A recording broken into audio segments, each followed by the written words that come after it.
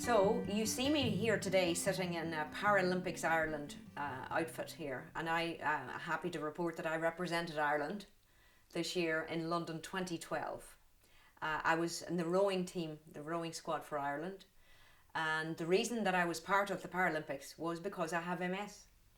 I was diagnosed in 2006 at age 41. I'm presently 47 years of age. The lead up to the diagnosis were probably about 2 years long, and was resulting because during jogging I was noticing that my right foot was falling. I was diagnosed on the 26th of September. I remember distinctly the date because it was the same date 2 years previous that I had given up cigarettes, but that's irrelevant. But I remember distinctly being called.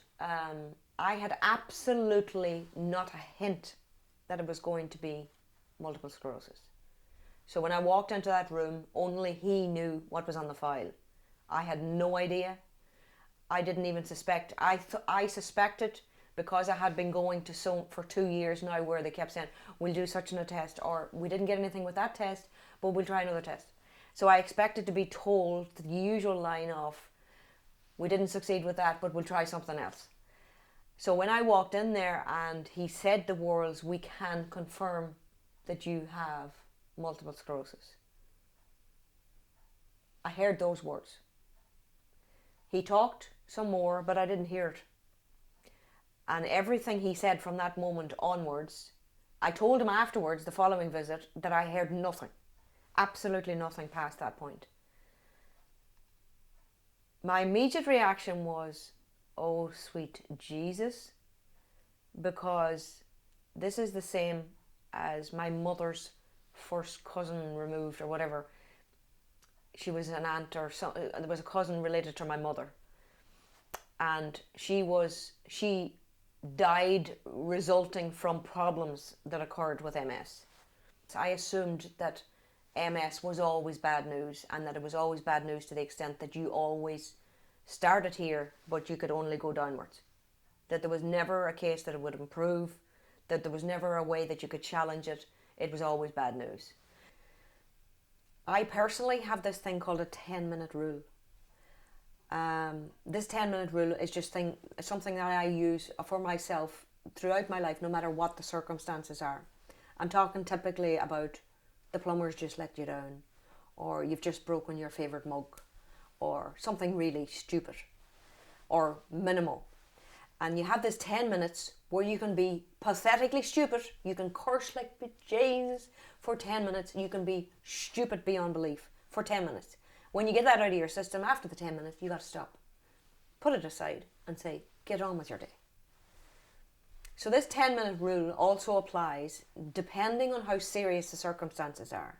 The 10 minutes can move to 10 hours, 10 days, and my GP knew about me in this 10-minute rule. She said, for the first time ever, she says, I think you should give yourself 10 weeks. So that's exactly what I did.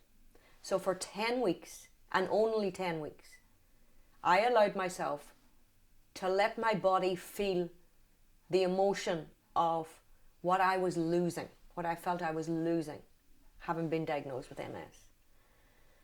So I remember distinctly during that period of time that I've cried for Ireland, because I never stopped crying. So after the 10 weeks, in fact, I remember distinctly thinking, coming up towards Christmas, so that would have been obviously December, where I was thinking, do you know what? I'm bored crying. I am drained crying. I really was drained, emotionally drained, and I couldn't give any more. There was no more emotion to give. So there was only face the world or give up.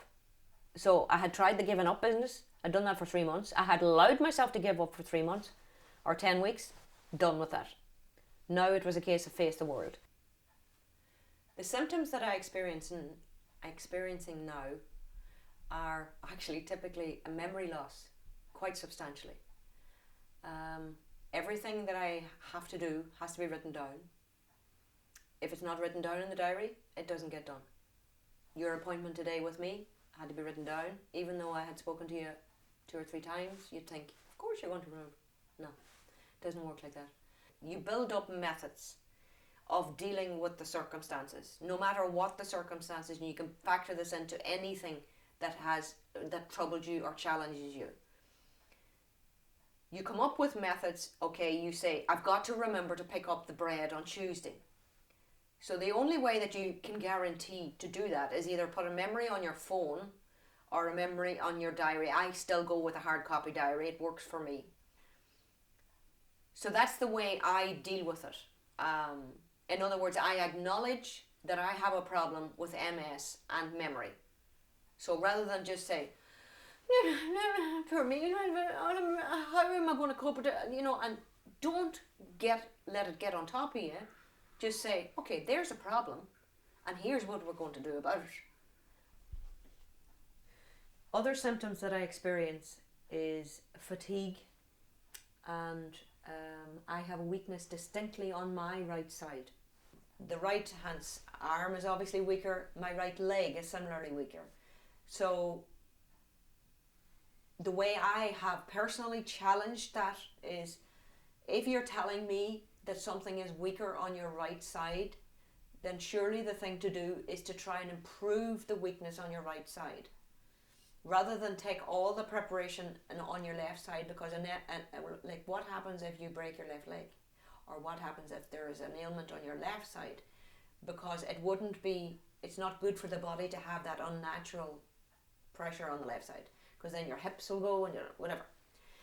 So I distinctly do exercise every day to strengthen my right side.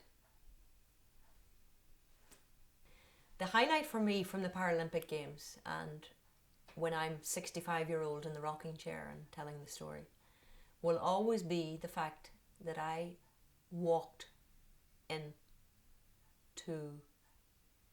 the Paralympic Games, and I was quite capable of rowing for Ireland, and then I walked out, and I have MS, and I wasn't able to do that prior. There was a small little advertisement in the Irish Wheelchairs magazine to say that they had a Para-Lions Day, which is an event which is held post games every 4 years, where they try and do a talent search for other new athletes. Now, I'm 41 years of age, go rocking into this Para-Lions. So anyway, went in here, and it turned out, between the jigs and the reels, because I actually sat down in a rowing machine, only because I was feeling quite tired, and I thought, I'll have a sit down here. And then somebody came around and said, do you fancy having a go, love? And I thought, I'm not going to tell them that I actually just sat down to have a rest. But anyway, between the jigs and the reels, it turned out that my ability or inability was suitable for a Paralympic boat in rowing. They trained me, and the requirements would have been training twice a day, 6 days a week. So it can always be challenged. I know for a fact that my personal experience and my medal from the Paralympic Games was the fact that I know my MS got better with the exercise.